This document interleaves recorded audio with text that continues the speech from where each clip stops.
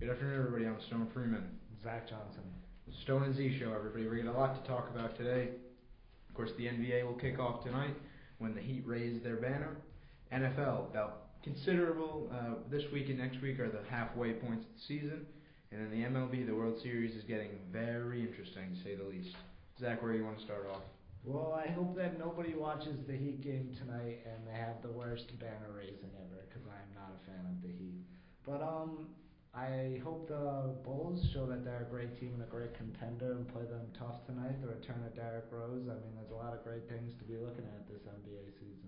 Absolutely, and I got to agree with you 100% on the whole Heat incidents about the. I hope the banner raising isn't all it's hyped up to be. I think the Heat this I don't think they're going to win 3 in a row this year. Looking into the future, will they be a dominant team? Absolutely, but I think the Nets will give them a shot, and I think the Bulls, who they play tonight, will definitely give them a shot. Like you said, the return of Derrick Rose, a team that has a lot of great players without Derrick Rose. Luol Deng, Carlos Boozer, a lot of guys, Joakim Noah, who hold their own. So we'll see definitely what can happen. This is the team that also, I believe, stopped the Heat's big 26-game winning streak. Yes, absolutely. Yeah, and I also I don't want to say that I don't think they will win 3 in a row, because they did get a little bit better over the offseason. Added Michael Beasley, I'm pretty sure, and added Greg Oden. Don't know how good Greg Oden will do, but getting more size on the Heat definitely helps them. And then they also have LeBron, undisputedly the best player around right now. Dwayne Wade is still a very good player, even though he's getting old. Chris Bosh had a tough postseason, but he'll always be consistent, 18, 10, around that kind of numbers, and those are great numbers. He started the All-Star game last year, so I mean, it's going to be tough to stop the Heat. Absolutely, it's a good team, but I still think there are teams that maybe won't beat them, but will definitely give them a shot. And there are stronger teams this year than they were last year. There's a lot of teams that maybe aren't going to be as strong this year, but there are teams, like you said, the Heat being one of them, who, believe it or not, improved their team a lot. Of course, like you mentioned, the guys who will be coming off the bench this year, Greg Oden, Michael Beasley, guys of that nature. Definitely going to be an interesting season, to say the least. Other than that, though, there's a lot of stuff going around still about the Nets and the Celtics with the trade that happened. Any information on that? Well, I think the Nets will be a very good team. I think the addition of two greatest of all-time players up there, Paul Pierce, Kevin Garnett, will definitely help them out. It'll give them experience. And then they got other great players like Deron Williams. Last year he wasn't very solid, but 2 years back, 3 years back, he was a perennial point guard, one of the best point guards in the league. And then there's Joe Johnson, who's been an all-star time and time again. So that'll be a tough matchup for the Heat. And then there's the Pacers, who get Danny Granger back. Paul George improved. I don't think he will live up to the hype that he's put out right now of a top 5, one of the top players in the league. But getting Danny Granger helps. And they also have Roy Hibbert, David West, who's a great leader, and Lance Stevenson will be able to come off the bench. But I also think a team that would be able to give the Heat a run for their money is the Clippers. Absolutely. Now have Doc Rivers at the helm, Chris Paul, Blake Griffin's only getting better. They got J.J. Redick, who can shoot very well, even though they lost Eric Bledsoe. Jordan Crawford's a great bench player, so they're going to be a fun team to watch. Now, what exactly would be your feelings on switching conferences now? The Rockets. Of course, they acquire Dwight Howard this year. They did improving last year, getting James Harden, Jeremy Lin being there. There's a lot going on there with, of course, the big guy being Dwight Howard, like we said. Does this team, obviously they'll probably do better than last year, but do they stand a chance at making the big playoff push? Well, the thing with Dwight Howard, he did very well in Orlando, where he was the number 1 superstar. Goes to LA, does not work well with other superstars, so we got to see how he works with James Harden. Now, James Harden is a very good facilitator. You've seen him work with other superstars like Russell Westbrook and Kevin Durant. It works very well. Not a selfish player at all, but he can, if he needs to be, he will be selfish, and he can put up 30 points. Yes, absolutely. But he's a very good facilitator. He's a very good, he can either play the point or the 2. can also play the 3 because he's got some size. Absolutely. And then, but I think the big question mark with them is Jeremy Lin. Can he produce? Exactly. I mean, he had the great stretch with the Knicks, came with the Rockets, is now just a so-so. Yes, he can start for most teams, but he's not a top point guard in the league. And then a player I think will have a big impact will be Thomas Robinson, who they got last year near the trade deadline. He's not a rookie anymore. I think he'll be able to produce. And Chandler Parsons, I think, is a very underrated player and a great shooter. I gotta agree with you 100% on Jeremy Lin. I think he still has a lot of hype around him from the season he had 2 years ago with the Knicks. So there's still a lot surrounding him. Maybe not so much, but there's still like, can he do it again? Can he perform up to expectations? But like you said, great supporting cast for Dwight Howard. It's going to be very interesting to see how James Harden can work with him. Because you said it best. I mean, in Orlando, when he was alone, he pretty much did everything. One of the best players, if not the best player in Orlando Magic history. Then he goes to LA because he wants a ring. That's what you can make the assumption of. And then he gets nothing done because he's got such a big supporting cast. It's going to be very interesting to see what happens there. But a lot of stronger teams out there. Again, the Spurs always look to be strong, obviously, with their Hall of Fame cast they have. The Thunder, very interesting team this year too, with Kevin Durant going to be back. Sorry, not going to be back. He'll be playing once again. And Russell Westbrook, he suffered the injury. He'll be back this season too. So definitely going to be interesting on that side of the NBA, but also in the Eastern Conference, where of course everybody just wants to beat the Heat, so to speak. And I'm going to take 2 teams, and you tell me how you think they're going to do. Okay. One is the Los Angeles Lakers. What do you see them doing this year, and what do you see the Celtics doing this year? The Lakers, of course, losing Dwight Howard, but maybe he even brought down the team a little bit, if you look at it. They'll still make the playoffs. Will they make a big splash? I don't know, because Kobe Bryant's not going to be starting the season with them, and that's the rock of their team. He leads that team. However, he's going to want some type of redemption because people are writing him off a little bit. I think ESPN gave him a ranking of the 25th best player in the league. And the Lakers, the 12th best team in the West, I believe. Exactly. So I think it's definitely going to be a team that's going to be out there for more. They're going to want more, and it's definitely something that they can accomplish. Of course, Pau Gasol will be there. Nash will be there. I think Novak, who was coming off the bench a little bit last year, he's starting tonight for Los Angeles. So it's definitely going to be a team, like I said, that wants to make a statement. They're being written off a little bit, but it's not. It's a team that, especially with their fan base in Los Angeles, the Staples Center, that place gets nuts. It's going to be a team that they're more motivated than anything. They want to prove, like you said, that the 12th best team they were predicted in their conference. Definitely, I think they'll make the playoffs. Not a 1 or a 2 seed, but maybe in the middle, or maybe towards maybe a 7 seed, because they were the 8 seed last year. Well, the thing with the Lakers is I don't think they'll start out too well because they won't have Kobe Bryant. Absolutely. And I think that what's going to happen is if they start out bad and they're down in the bottom of the conference, one of the worst teams record-wise, yep. and Kobe Bryant comes back, I think that you just mold your team and allow Kobe Bryant to get himself to that scoring pinnacle that Kareem Abdul-Jabbar, and focus more on getting him up there than winning, and then get a better draft pick, because apparently this draft is supposed to be stacked. Yes, it is. A bunch of young players like Andrew Wiggins, Jabari Parker coming up and in. So they might do that, or if they start out hot, like Pau Gasol is still an all-star. He's still a good player. Chris Kaman, he's an underrated big man. He'll do good rebounding. Nick Young has been up and down his whole career. Steve Nash, arguably a Hall of Famer. Yeah, absolutely. So they obviously have some skill on their team. And the thing also is they can either get a good draft pick, or like say they start talking to Carmelo Anthony and LeBron a little bit. Everybody on the Lakers contract expires except for Steve Nash, and he's only on for like $4 million. Yeah. So they lose Kobe Bryant, who's getting paid $30 million this year. Don't think he will take that. They will pay him that much again. They get rid of Pau Gasol's $20 million. Yes. So that's a good chunk of money, and everybody else is $1 or $2 or $5 million contracts. They amnestied Meta World Peace, so they have a lot, and they're in LA, so they've always had a lot of money. Yep. So I think if they will pursue Carmelo and LeBron throughout the whole year, talk to them, see what's going on, try to make them in the off season, and also tank and get a good draft pick, and then they'll be stacked again in just 1 year. Absolutely. This is a team that they're almost like the New York Yankees. They don't have to rebuild. They sort of just see what's out there and work with it. Sign big name players, get draft picks. That's how they get Kobe Bryant.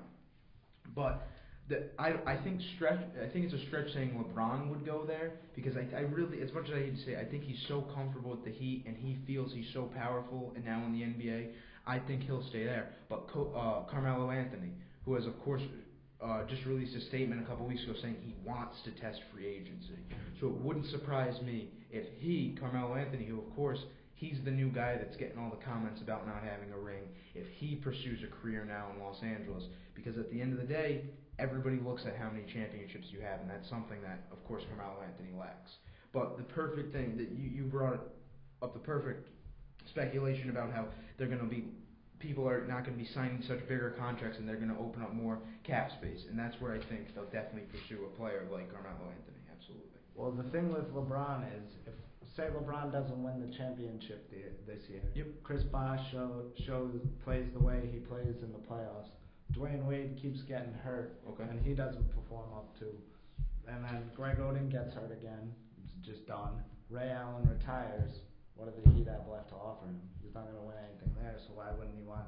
Well, he only went to the Heat to win championships, so that's obviously the only thing on his mind. Good point. So why wouldn't he just go over to Los Angeles and win some more championships? Absolutely. And the more you talk about it, of course, it sounds, but there's a lot to happen.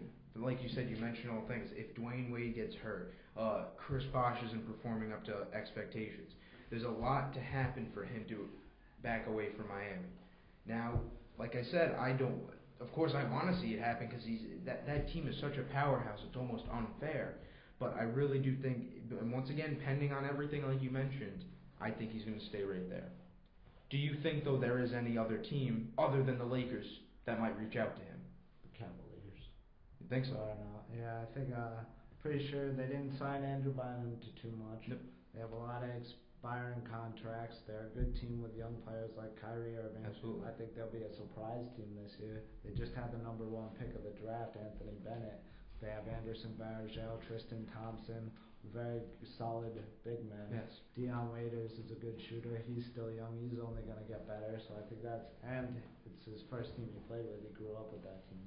Good point. He grew up there too, of Yeah. course. Before we move on, let's just talk a little bit about the hometown team, the Celtics, like you wanted to mention.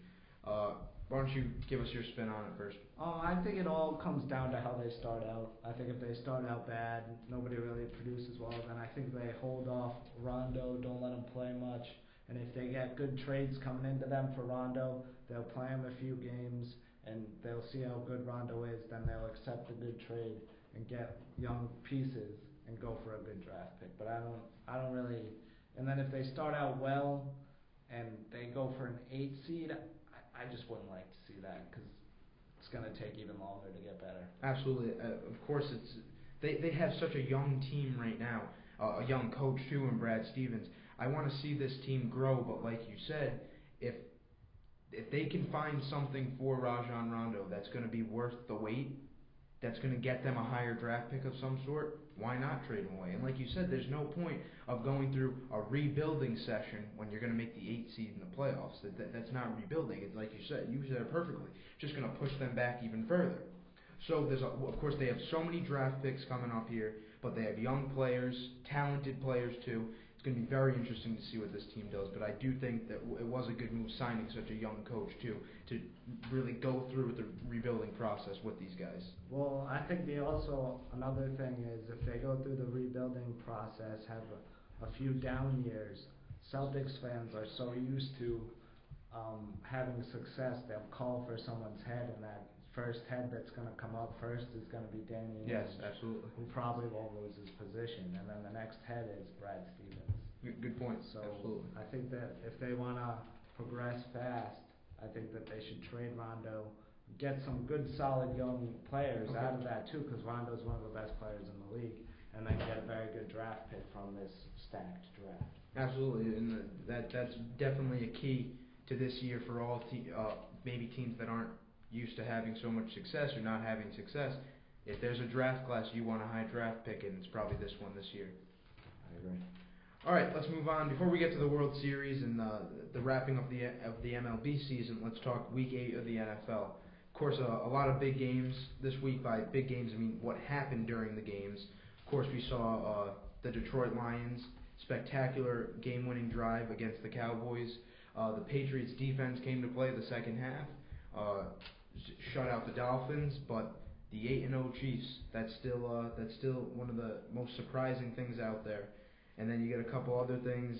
Cincinnati still playing well, and of course the Pete Carroll and the Seahawks right now just improved last night after beating St. Louis to 7-1. So definitely a lot going on in the NFL. Well, why don't we start with the most entertaining game throughout the week, the Lions versus the Cowboys. Absolutely. Calvin Johnson made Dez Bryant, even though Dez Bryant had a great game, he made Dez Bryant look like the epitome of a babbling idiot, trying to say that he is just as good as Calvin, and Calvin just put him into the ground, going for 330 yards and a touchdown. And they say, oh, Dez Bryant had 2 touchdowns, he had 1. If you look at it, Calvin Johnson got stopped at the 1-yard line 4 times, yes, and set up 4 easy rushing touchdowns for his team. Absolutely. So I think that number is a little skewed. And Dez Bryant only caught 3 passes. One was like a 2-yard slant. Then he made a spectacular catch up against his helmet, and then he had the broken tackle catch. But other than that, he didn't do anything. I think that another key factor to this game too was Matt Stafford. So before, I shouldn't say I didn't have respect for him, but he didn't really stick out to me as a stellar player. But he has such a good football mind, I guess I could say, after seeing what he did on that play where he's telling spike the ball, get the defense off guard. They thought he was just going to spike the ball and start at the 1-yard line and run something, but he jumped right over it and got the ball in the end zone. It's definitely a smart play. That's what won the play for him. And the Cowboys defense was completely caught off guard. Yeah. So definitely an interesting game. Tony Romo especially, this was a loss that usually, some reason, we always find a way to blame something on Tony Romo, and he didn't do anything wrong in this game. It was just bad, I wouldn't say luck, because of course Matt Stafford threw those balls right on key to, I can't remember his name, the guy was right down the sideline. Oh, Chris Dunn? Yes, and then he connected with Calvin Johnson, of course, who gets stopped at the 1-yard line. So, but it was a very entertaining game to watch. Anything else on it? Oh, well, I think it showed how resilient the Lions are. They want to show that they're not a team to be pushed around anymore, that they can make the playoffs and do big things, beat playoff teams. People view the Cowboys as a playoff team. It was a nice comeback victory. Usually you see teams coming back and beating the Lions. Yep. I think the Lions lost 7 or 8 one-possession games last year. 2 of their 3 losses this year are one possession. So they just wanted to show that they can win close games. And this was a perfect. And they lost the turnover margin by 4. And so coming back from that, too, is big. Yes. Something I just want to mention, I'm looking at the stat right here. Dez Bryant, 3 receptions for 72 yards and 2 touchdowns. Calvin Johnson, 14 receptions for 329 yards and 1 touchdown. I guess you could say Calvin Johnson definitely, like you said, made Dez Bryant not look too good. But something I want to mention about Dez Bryant was his little stid he had on the sidelines, yelling at Jason Witten after the last drive. People have been saying that new audio has come out saying that he was pumping the team up. Yeah, I heard an audio, and it was just, he was discussing a play where Tony Romo didn't, the play was designed to Dez Bryant, and he got a little bit open. He thought he was open. And Tony Romo said, "Oh, you didn't do this." It was like a stop and go play, and it was just him when he was yelling at Tony Romo. It was just him, and then he says, "What happened here?" And then after that, Dez Bryant was like, "All right, shake it off, let's get this." And then he just pumps him up. It wasn't him yelling, "Oh, beep you, beep this." Absolutely. That was an awful thing. So he didn't really. I think it was overplayed. The only thing that concerned me was when, especially that last drive for Detroit when they came back. He was yelling at Jason Witten, which that was the only thing that really surprised me. Jason Witten's an offensive player. It's not like he could have gone out there and played better defense or whatever. So, but obviously, like you said, it's definitely a motivation factor. Of course, you see Tom Brady do it all the time. If you want to look to New England, we even saw it in the MLB the other night in St. Louis. David Ortiz had a group huddle in the dugout, getting the team motivated to go. So I think it comes down to leadership too. So whether you want to say he was wrong or not, I bet he's frustrated. it's a team that I feel should be better than a 500 team right now, and it's probably just everything has been building up that especially a big name player like Des Bryant is just getting fed up with, and it just boiled over, and of course people draw conclusions and it makes them end up looking terrible instead of looking like a leader. I agree. It was a great game. I'm glad the Lions won, honestly. Absolutely. And I think we should move on to the Patriots Okay. game. I think it was a big game for the Patriots. It was their first game back with the full offense. Yep. And it proved that, and then the Dolphins held them to 3 points at the half, so Yes. that was kind of scary that the Patriots' full offense, which is filled with great weapons like Edelman, Ridley, Amendola, Gronk, and Tom Brady, was only able to put up 3 on a not very good Dolphins defense. No. But in the second half, they played great. The defense came out, played great, and they got the win over the Dolphins. And that's something that, of course, we talked last week about. It keeps coming up. How much more time does Tom Brady have?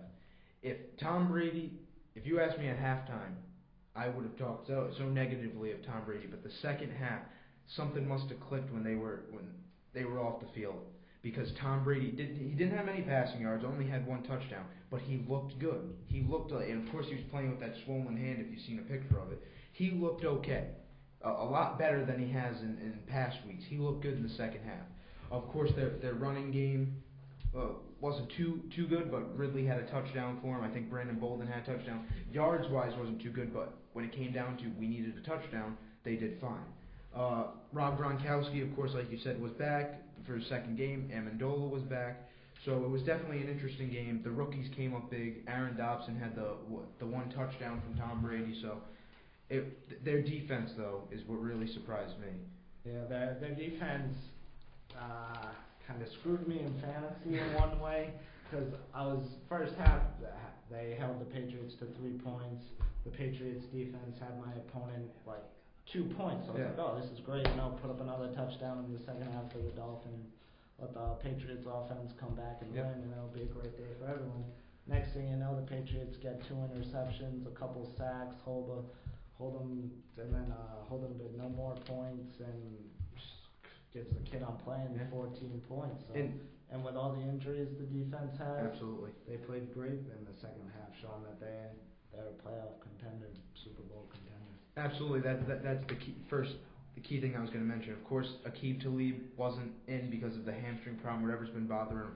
Should be back soon, so I guess that's a positive. But the running game is still. The run defense is still a little shaky because they don't have the big guy, Will Fork, clogging up the middle, but the rookies, I think there's 2, Chandler Jones and then another guy with the last name Jones, both had sacks. Chandler Jones had a blocked a field goal, so it was a very interesting game to see, and they had the fumble recovery to set them up in the red zone, so it was a great game, though. Defensively, offensively, the second half, it was a great game. I guess they're getting back to what they should be. Of course, they're playing the Steelers, then they go into their bye week. Then the schedule gets really tough because they have to play Denver. A lot of away games. Denver's at home, but then they have to play Carolina in Carolina, Houston in Houston, Baltimore in Baltimore. So that's how the end of the season. Then, of course, they got to play the Dolphins one more time and the Bills one more time for division play. But it's good to see them back. I guess maybe you could say where they should be, where they've been in past years. Yeah, I think for the defense-wise, their first big test will come without their hurt defense-wise. Yes. The first big test, and for them to prove themselves, will come against the Broncos after the bye week. But with the problem with Aqib Talib, I would sit him out one more week. Yep, absolutely. Not that big of a game against the Steelers. Yes, they're getting back on track, but it's lost a home to game the Raiders. Too. It's a home game. Their secondary didn't get that lit up against the Dolphins, especially in the second half. Absolutely. So have them sit out that week. Have them sit out the bye week. Get fully healthy to play against the best passing attack in the league. Absolutely, and I think that's definitely a key thing. Get him. He's the key to their secondary. Get him ready to come back for the game versus the Broncos. And then, of course, their defense is so hurt, but it's a team that it's almost a very inconsistent defense. We saw them week 1 allow 20-something points to the Bills, but then they played great against, of course, this second half was a great game, but There was against the Falcons. They played great. Against the Saints, this defense played great. So it's almost an inconsistent team, but we'll definitely see what can happen. Of course, they're playing going to be the best offense, maybe in NFL history. They're going to coming into Foxborough in a couple of weeks. It's going to be interesting to see. Yeah, that's going to be a big game. And now let's just touch up on the other big games throughout the league before we get into the World Series. The Chiefs go 8-0. Yes. They start out great. They're looking good. They're going to get home field. Arrowhead is a pretty tough place to play in. They get very loud there. Alex Smith has proven that he shouldn't have been replaced. Yep. But it was just a tough decision in San Fran, and I can't say they got the wrong choice. No. But the Chiefs, they're a very interesting team. Great defense. And I can't wait till they play the Broncos either.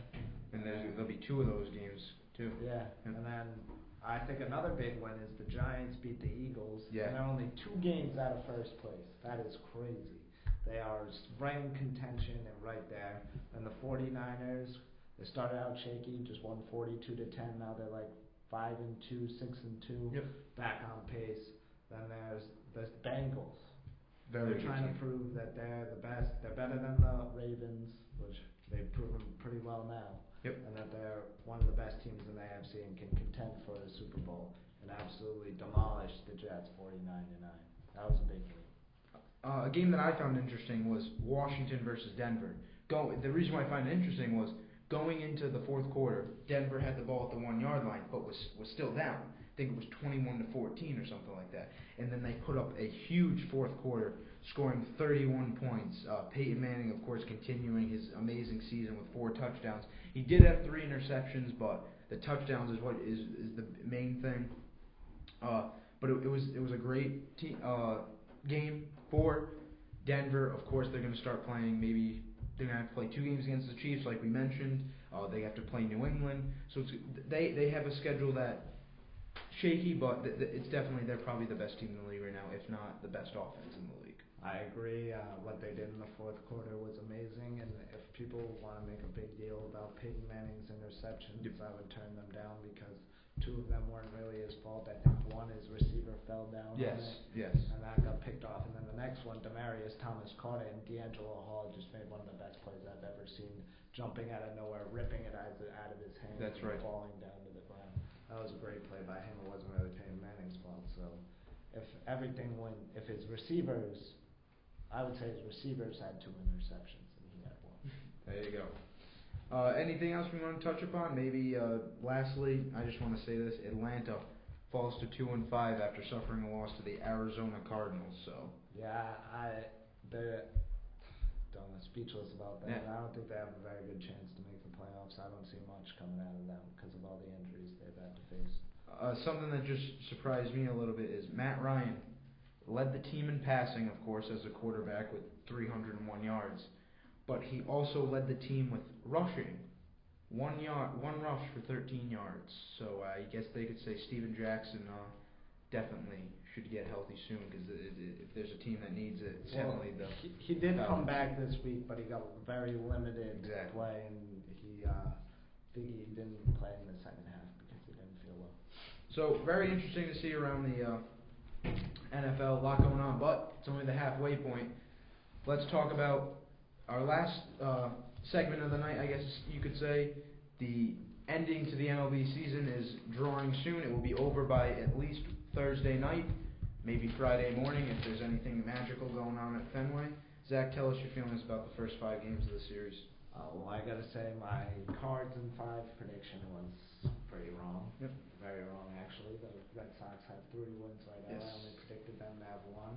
But I think that the Cardinals should not, the Red Sox should not be overly confident. They should be confident, but not cocky Absolutely. confident. I would agree with you they there. got Waka Game 6, who shut down the Red Sox order pretty well in Game 2, and that game was at Fenway as well. Wasn't an elimination game, but you've seen Waka in an elimination game against Pittsburgh, and PNC Park is arguably, it's going to be hard to beat what they put up, Absolutely, because yes. they were just so Yes. fired up that the Pirates might have been going to the NLCS, and he put on an amazing performance, almost throwing a no-hitter. That's right. So he will be ready. I don't think he will be rattled.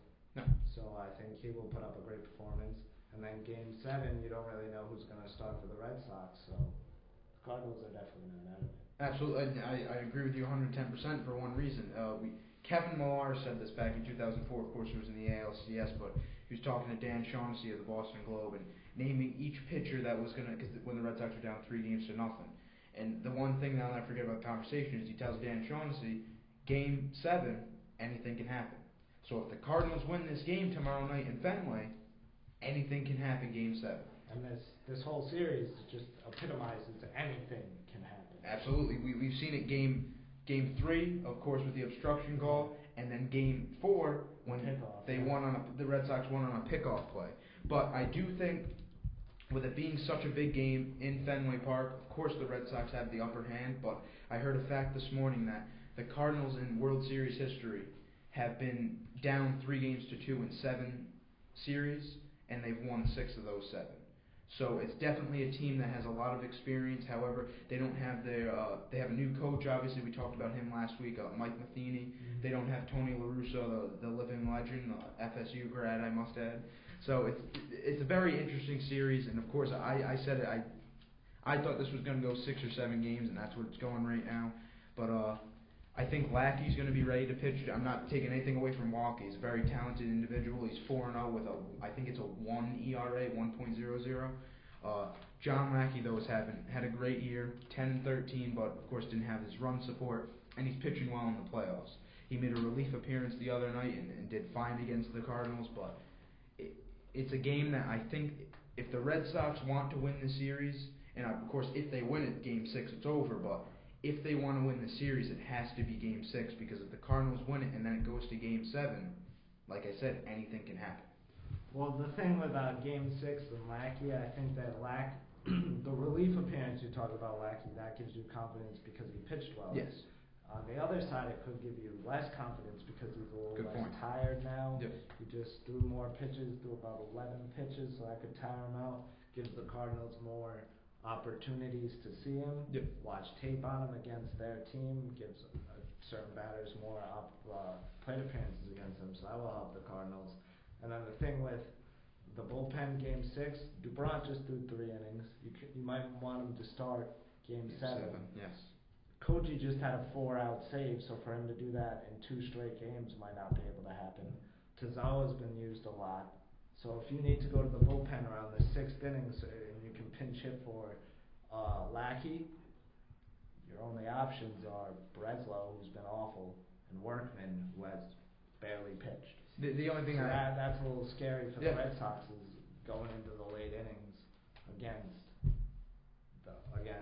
they would have to use Workman or Breslow. Absolutely. The only thing I have to add is they are playing in the American League ballpark, so they don't have to worry about pinch hitting for their pitcher. But of course, it's an advantage for both teams because now Alan Craig doesn't have to go out there on his broken foot or whatever he's suffering and have to waddle around. We saw him in Game 5. He didn't look too great. Of course, did he have a hit? He had a hit Game 4 because he had the deep single, but he's a great hitter. But to see him out there struggling to waddling around, it's not what you want to see in your first baseman. So at least now you can have Matt Adams at first base and have Alan Craig DHing.